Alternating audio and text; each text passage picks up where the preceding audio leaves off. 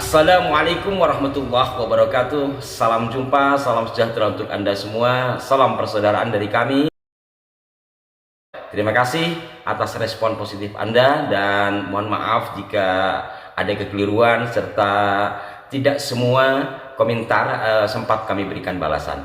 Nah, saudaraku sekalian, sudah hampir 1 bulan diskusi atau lebih tepatnya debat nasab di Banten berlalu, tetapi gaungnya sampai hari ini masih bertalu, terutama di grup-grup WhatsApp yang pada intinya sebagian itu menyalahkan Kiai Haji Imaduddin Usman Al-Bantani. Kenapa beliau tidak hadir? Katanya siap debat 3 hari 3 malam seperti itu. Ya, sampai sekarang pertanyaan itu terus muncul.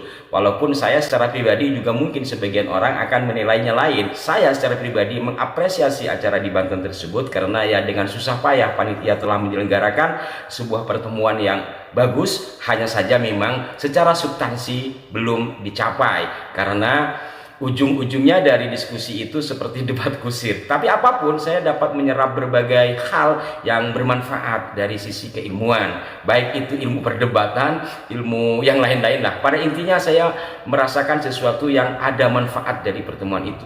Nah, kenapa Kiai Haji Imaduddin Usman tidak datang? Itu juga dipertanyakan kepada kami di kolom komentar, tetapi saya tidak bisa menjawab, saya bukan Kiai Imad. Hanya saja belakangan ini saya mendapatkan video pernyataan beliau langsung kenapa tidak hadir dalam acara di Banten tersebut, padahal beliau sendiri orang Banten, kan begitu. Mari kita simak penuturan dari Kiai Haji Imaduddin Usman Al-Bantani.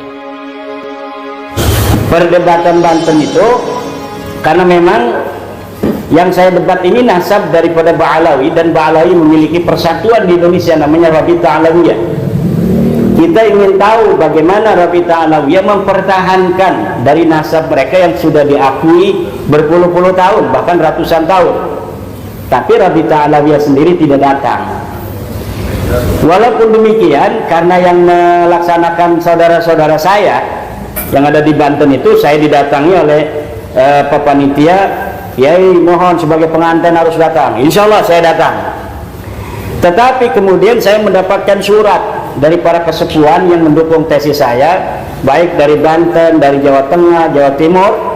Kemudian hasil istikharah beberapa kiai yang mendukung tesis saya dengan sembunyi-sembunyi, kiai khas dikirimkan oleh saudara saya Syed Zulfikar. Kiai, ini hasil istikharah dari para kiai sepuh. Kiai tidak boleh datang ke Banten. Nah, ketika itu pula langsung Kiai siapa di Cirebon, Kiai Abbas Buntet mengadakan acara dadakan. Malamnya, siang saya duit, malamnya harus ceramah di Cirebon. Kemudian siangnya dijadwalkan untuk bertemu dengan Keraton Kanoman, juga keraton yang lain Mertasinga, dan kiai-kiai di Cirebon. Akhirnya di pertemuan di pesantren Balerante di Cirebon dengan perwakilan dari Kanoman dan Mertasinga. Nah, jadi itu beberapa alasan. Alasan yang lainnya, kata kiai itu dalam suratnya itu, kalau Rabita Alawiyah tidak datang, nanti kiai akan diadu domba dengan sesama anak bangsa yang bukan dari kalangan Rabita Alawiyah, dari Ba'alawi. Dan kebetulan yang menjadi salah satu pembicara dari tim mereka itu adalah Kiai Qurtubi itu. Ya. Kiai Qurtubi, ada Ustadz Wafi, ya. Nah, jadi kan itu orang-orang kita. Nanti kita kayak zaman Belanda diadu domba antar anak bangsa, kemudian mereka enak-enakan. Walaupun di situ ada Habib Hanif Alatas, kalau saya masih manggil Habib karena Habib itu ciri-ciri dari Hadramaut, bukan ciri-ciri sebagai keturunan Nabi. Itu sudah ada penegasan bahwa mereka tidak mewakili daripada Rabita Alawiyah. Kalau tidak mewakili Rabita Alawiyah, apapun keputusan, kesimpulan dari diskusi ilmiah itu tidak akan ada konsekuensi apapun terhadap Rabita Alawiyah. Lalu untuk apa adanya diskusi itu?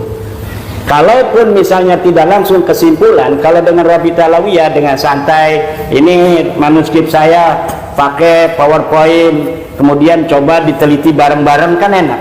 Maka saya pernah ngomong 3 hari 3 malam. Kenapa 3 hari 3 malam? Karena kitabnya banyak dan setiap klaim dari saya harus diperiksa dan diverifikasi sumbernya oleh mereka.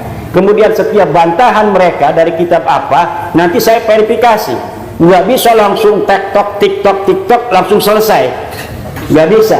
Satu sumber mereka, misalnya mereka ini membantah dari tesis saya, ini ada kitab manuskrip yang belum dicetak, 1 lembar kami dapatkan, ini fotonya, kita teliti mana lembaran awalnya, mana lembaran akhirnya, mana titik mangsanya, siapa selama ini yang memegang, dari nushah tahun berapa dia itu menyalin, kemudian ada nggak data pembanding manuskrip ini dengan sumber lainnya, disebutkan tidak oleh manuskrip yang lainnya.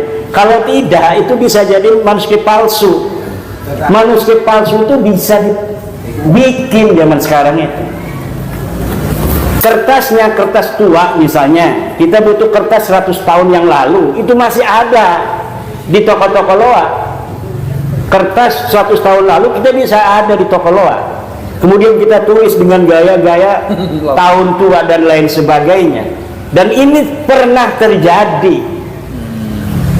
Saya telusuri algoritma dari beberapa kitab yang ditahqiq oleh kalangan mereka, terjadi interpolasi, penyisipan kalimat yang tidak ada dalam manuskrip, kemudian dalam versi cetak kalimat itu ada, dan kalimat itu berhubungan dengan sejarah mereka. Bagaimana kita untuk bisa mempercayainya kalau misalnya kita hanya debatan begini, diskusi dalam waktu yang singkat untuk menarik kesimpulan yang seilmiah mungkin? Maka kita memerlukan waktu. Setiap ada bantahan, maka kita harus periksa dari mana itu mereka mendapatkan manuskrip, kemudian kita telisik manuskripnya ini tahun berapa terakhir ditulis, kemudian disalin dari manuskrip tahun berapa sampai mushaf pertama, manuskrip pertama itu ditulis oleh pengarangnya.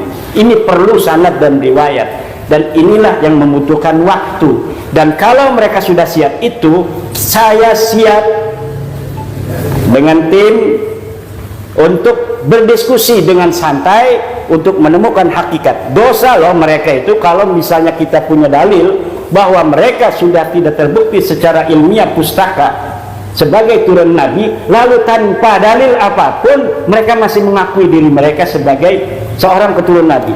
Dosa itu. Kiranya sudah sangat jelas ya para pemirsa kenapa Kiai Haji Imaduddin Usman tidak hadir dalam acara itu. Dan saya sepakat dalam hal ini, umpamanya ada lagi diskusi memang dilakukan secara santai dan satu sama lain memperlihatkan kitabnya, diverifikasi dulu kitabnya, karena bagaimanapun kadangkala ada kitab yang dipalsukan. Maka ketika saling memverifikasi akan berjalan diskusi itu dengan baik dan akan menghasilkan sesuatu yang insya Allah juga baik. Demikian, mudah-mudahan bermanfaat. Sekilas salam sapa dari kami. Sampai jumpa. Mohon maaf jika ada kekeliruan. Wassalamualaikum warahmatullahi wabarakatuh.